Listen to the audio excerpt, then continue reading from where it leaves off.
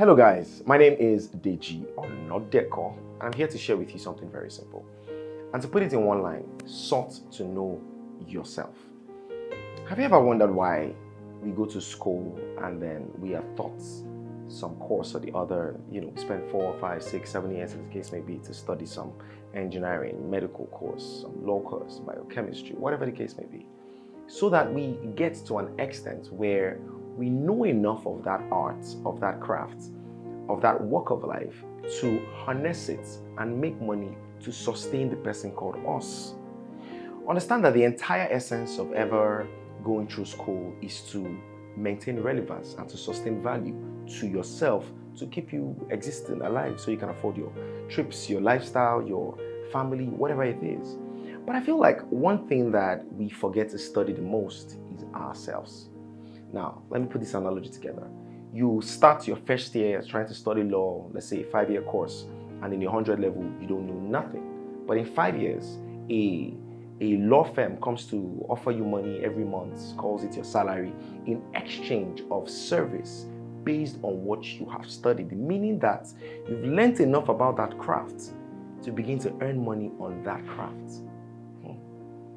By implication, think about it.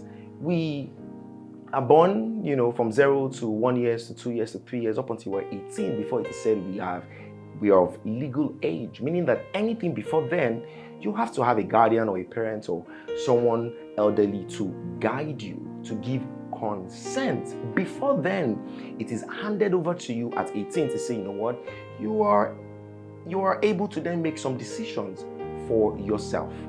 What I'm then saying is, it means that the world helps us, teaches us, and directs us in the direction to learn a lot about the world so we can know how to fit into it. But are you learning enough about yourself so you can know how you can fit into the world? We forget the peculiarity or how unique it is every single human entity is. And we pay attention to study everything else but ourselves. So what I'm trying to say is, how much of yourself are you paying attention to? Do you take time out to study the entity called you so you can know how to use you to fit the world that you're in right now? A lot of people say that I am a control freak. People say that I am a kind person. People say that I hear you.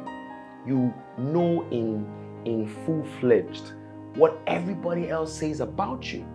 But have you taken time to study you by yourself? Maybe based on the information you gathered around and also based on your own experiences to understand the person that you are.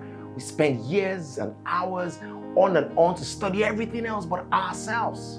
And we don't really know ourselves. I was giving an example about how I'm not a very patient person, right? But over the last, few years, I've been learning intentionally, trying my best, because I've read it so much, and then I would find myself Googling on trying to understand who I am, how to be more patient. In fact, the reason why I kept dreads was because people kept on saying to have dreads, you have to be a patient person, and that the early, days or months or weeks of your dread will test your patience because it won't be fine, but if you can wait it out.